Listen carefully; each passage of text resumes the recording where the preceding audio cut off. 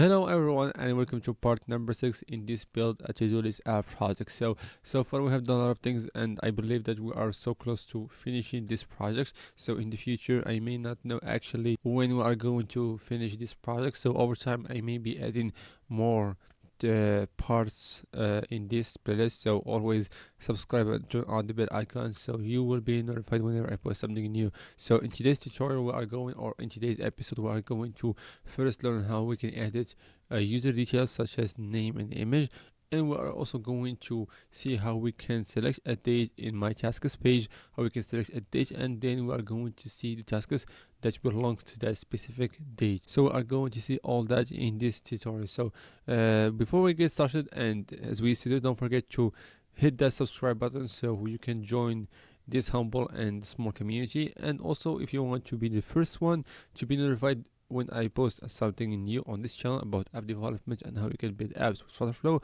then don't forget to turn on the bell icon so you will not miss my upcoming videos. So with that said, let's jump right into it.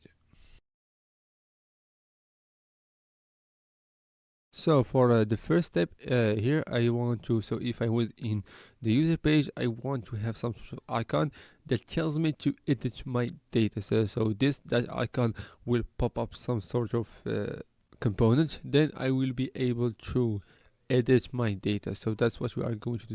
So let's actually start off with adding that icon right on the top. So let's open up the widget stage and we're going to go to this one right here. So I will have to go to user profile, and inside this row you can see that this is a row.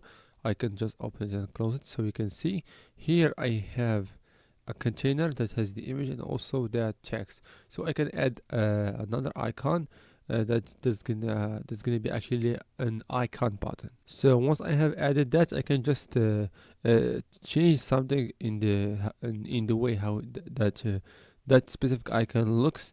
So we can actually delete the background color and as well as so that was the fill color and that was the border color. So we only want to keep the icon. So for that we can search for something like edit. So this should be fine and should do the job. So we can turn it into this color and we can make it bigger than how it is right now. So we can add like 40 or something like that, and we want to make, so for the button size it has to be bigger than 40, it has to be something like 60. So we can keep it at the center. So what this will do is that it will open up a new component. So I will make that component right here. So here what I have done is that I have just copied the add category component and I have made a copy of it. So because what we are going to do is the same, so we can add. So first off, let's actually delete the actions for this specific button, and then we can close that. So what we can do next is to change the text right here. So we can go down and change the text. So this is actually, it's going to be save changes. So now this is the real work. So before we do that, so we want to do something like we want to actually go to the user page and actually give an action to this icon right here on the top. So it is here. So I don't know why FlutterFlow doesn't allow me to select that just from the UI. I have no idea why that is happening. So I can go here and then I can give it an action, and this will navigate me to, or not, it's not going to navigate, it's going to show me that component up. So you can type in show and you can go here, you can select the component that you want to show. It is this one, and once it is shown we can go there and start working, and now it's going to be very awesome. So here inside this component we don't want to see something like that, we may want to see something a little bit different. So this will have the same action, which is navigating back or dismissing the component. That's very simple, but here is the tricky part. So here, so whenever you want actually to edit your details, you want to have a component first with your own or with your previous details. So you need to see your image here and your name so you can know what are you going to change. That's it. So let's first off start with this text. So here we don't want to see add category name, we want to see our own name, right? And then we can change it a little bit. So we can go here. So here is the text that we want to get rid of. So I can click here on bring out from a variable, yes. And after that we are going, as I told you, I want to see my name, and if I can go to the authenticated user and check the display name, so I can know what I am going to change anyway. So right, and for this icon right here, so this actually will change. So at the beginning it will has my own image, and after I have uploaded another image instead of my old image, it will change. So that's why we are going to use an upstage instead of that. So you can refer to the previous episodes, so I will where you will learn or when you will see how I did this with the authentication process. So it's I believe it is in the second episode, so you can understand what I will be doing right now. So but I will do the same. Let's say edited image, so or edit image, it is going to be an image path, right? And it's not a list, so let's create it. So it's going to be empty at the beginning. So here I believe that so at the beginning, as I told you, this I have added that upstage, so I can go down and I give it, so I will give it whatever I put inside that upstage. So this image will show you whatever there is in the upstage. So now we don't talk about this image, we want to talk about the upstage, so because this is what will be handling the process, right? That's what we are going to take care of, and I will show it to you very quickly. So here, so I want to go back to the user page. So as I told you, that star icon must show us first our own image, right? And after we have uploaded a new image, this has to change, and that's it. So for this icon, so we want to for this icon we want to click on that icon, right? So once we have clicked on that icon, we want to show that component up. That's what you see in the front end, but in the back end we want to go to this app stage and actually change. We want to change the value of this. At the beginning it is empty, but we want to put our own image inside of that specific image, right? So we want our app stage field, that's it. So I will open its action flow. So I will be adding another action, and this will simply be update upstage, right? It's going to be update upstage, and we are going to be updating the edit image. So as I told you at the beginning, whenever I click on that icon, I want to pick my own image and put it inside that upstage, right? So we want to set the value to, so we want to open this. I want to take the photo URL, our own photo or our own image. We want to put it here, there, inside that upstage. So that's the first step. The second step is to go inside the specific component, and here, so at the beginning it will take whatever you have put it in the upstage. If you have put it your own image, it will take it from the upstage and show it to you right here. And now what will happen is that once you have clicked on your image, you will first do what we call an upload media. So we have done that. You can search for upload media and do whatever I have done here. But the second action, so after you have uploaded a media, you need to go there. So upload a media doesn't mean anything, but you need to do another action. This is going to be again update upstage, right? We are going to go to the specific upstage. We want to change it. That's it. We want to, so at the beginning it was my previous or my older image. Now I want to change with my new image that I have uploaded. So we are going to set the value. We are going to go to widget stage. We are going to see the new uploaded file URL, and we want to update that upstage. And once it is updated, it will actually show up right here, because this, it's not a star, it's just something that varies. The path of that image depends on that upstage. That's it. So for the save changes, so what that button has to do is to update our own document inside Firebase. So go to update document, type in update document, and you will find it. So the reference, so you cannot just tell FlutterFlow to update whatever a reference or whatever document you have, but you need to first give it some sort of reference. So because maybe you have millions of users, so how FlutterFlow will know what document to change? That's going to be a little bit complicated. So you can just give it an ID, so it can just go directly to that document or to your document and make the necessary changes, right? So here for the reference that we want to update is actually our own documents. We can go to the authenticated user because we are the authenticated user. We can give it our reference. So now FlutterFlow actually knows what references it has to change, and it knows that you are the one that has or your document is the one that has to be changed. So what do we want to change in our own document? We want to change two things: our image and our name. So we are going to add two fields. The first one will not be the email; it will be the photo URL. So what you want to put inside that? So what is the new value of your display or of your display name? Yes, you want to put whatever you have put it here, right? Want to take the data from this and put it there. That's exactly what I want to say. And actually we are going to widget stage, and it's going to be not this one, but yes, it is that one, right? That's what you can see there. It is user details, right? So we want to check whatever you have put there, and we want to put it in the display name field, so we can change the value or update the document. So we can do the same for photo URL. We can say for from a variable, and we want to get from a widget stage upload file URL. So now what we have done is that we have made the necessary changes. So now I can open up the action flow and add another action, which is, so after we have made the necessary changes, so we want to dismiss that specific component we have been in. So this is how you can actually update your data. So let's check out the errors that we have, and I hope that we are going to fix it. So let's click on the first one and let's check it out. So the first one was this one. So they told you the name, so you can add whatever. So you can add another one like this, just to add something to it. That's it. That doesn't matter.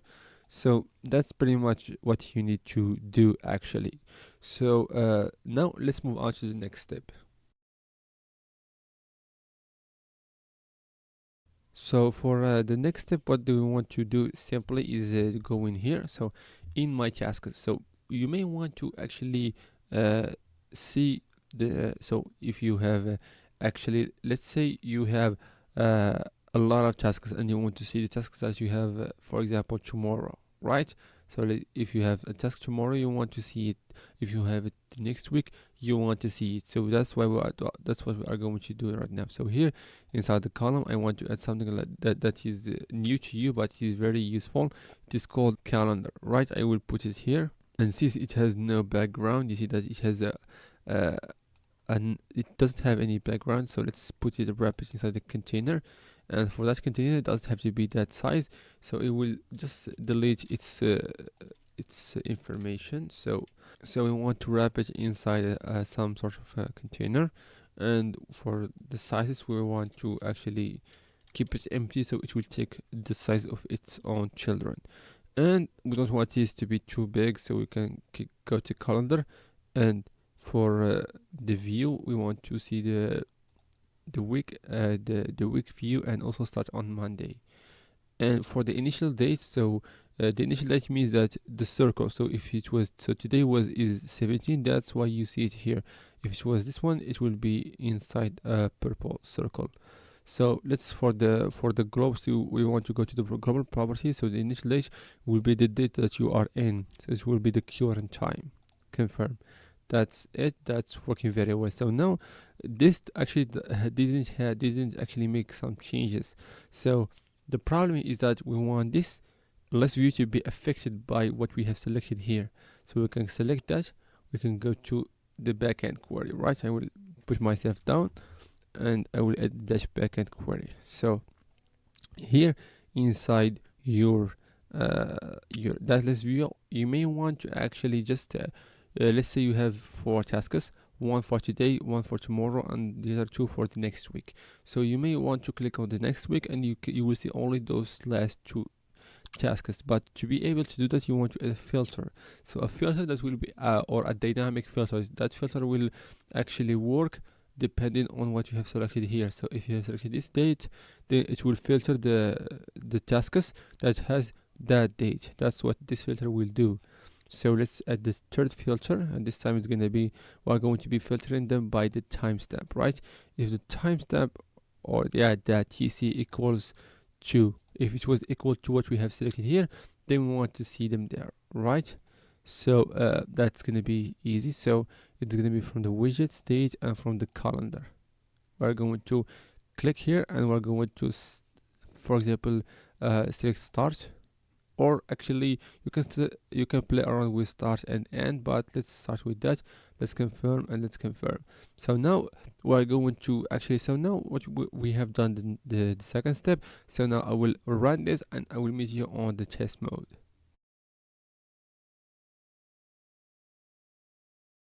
So for the next step is going to be very actually very easy. So we just want to actually be able to delete some categories. That's going to be super easy. So let's go first to this list view and to this container. So we have a row, which is the first one. So beside that row, or inside this fodder row or parent row, we want to have something like this icon. So let's just copy that one and paste it inside that row. So here it is. We can copy it. We will also copy its actions, but we're going to delete those actions anyway. So let's paste it inside this row, and here it is. So I can go to that action and I can change how it looks. I can select this one and I can make it delete. So here actually, after I have done that, I can add an action. First off, let's delete all of this stuff because we only need one action. So this action will simply be deleting document. So we want to delete a document, and they will ask you what document you want. So they will ask you for a reference. You see that we always need a reference. So we want to open that bag of food, because so you see that icon is already embedded inside that parent. So now it has access to that bag of food, right?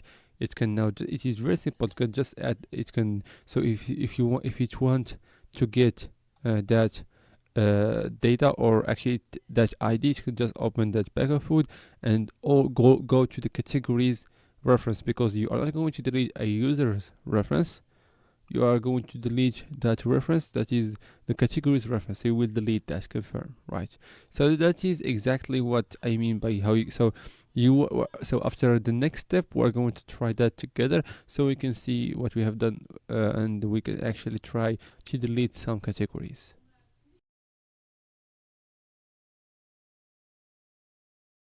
Actually, no, let's actually start to trying this. So let's first click on that. This pops up and you see that this is actually a problem. I don't know why that's happening, but if you can do an instant reload, then this should do the job. But as I told you, this is what it has to be. It has to be my own image. But for now, let's actually click here and we are going to click on it again. So now it is working. So you see that if I, let's say I wanted to change my image to, so let's just add this, and now it will be deployed, and you will see now that, so this is the effect of changing your image dynamically inside your app, is thanks to the middleman called AppStage, and this is all my name. So and it can be, let's say John. So John, and now if I save the changes, so I will hop. So now you can see the changes have been actually saved. So now that's working. So now if I went to study, if I deleted the study, now it is deleted. If I went inside work, I will find that. So I will actually, I forgot it's not here, so I can go to my tasks. So here I have October 25. So if I went there, I will just, so I will search for 25. Here it is. If I click on it, then I will see that task. So let's say I wanted to add another, let's say we want to add AAA, and it's gonna be tomorrow. It's gonna be 18. I will add that task. It is what you see right here. So if I went to 18, click on 18, then it's gonna be selected. So what's happening is that calendar is controlling or affecting that list view. And that's it for today's video, guys. So I hope that you have learned something valuable from this episode. It is already broken into parts. Please come back to each part whenever you want. And if you have a problem, or if you want to suggest some app ideas that you want me to build, and also some videos or tutorials that you want me to make on this channel for you, so please consider clicking on the first link in the description to become one of my coffee members. So if you like my content and the efforts I make for you guys to learn no code, so if you like that, then I really appreciate you support my work and to help me grow this channel and also make more content for you guys, then don't forget to actually support me on Coffee, and you will also get a lot of benefits from, or by supporting me you will get a lot of benefits. You can check them in the first link in the description. So with that said, thank you guys so much for watching. And by the way, I'm not sure if I will be posting new videos on this project, but if I saw that your level as a beginner actually will make you able to learn or to customize this app further, I will make some apps. And you know that this app is going to, so this app also will be going to be available through my Coffee page. It is in the second link in the description, so you can check it out. You can check it, and actually you can customize it however you want, and I will leave my email in the description. So if you customize it, you can deploy it on the web. You can get a link of it, send it to me, and I will try it, and I will give you my own review or opinion on that specific customization you have made for that app. So thank you guys so much for watching, and until next time, take care of yourself and happy development.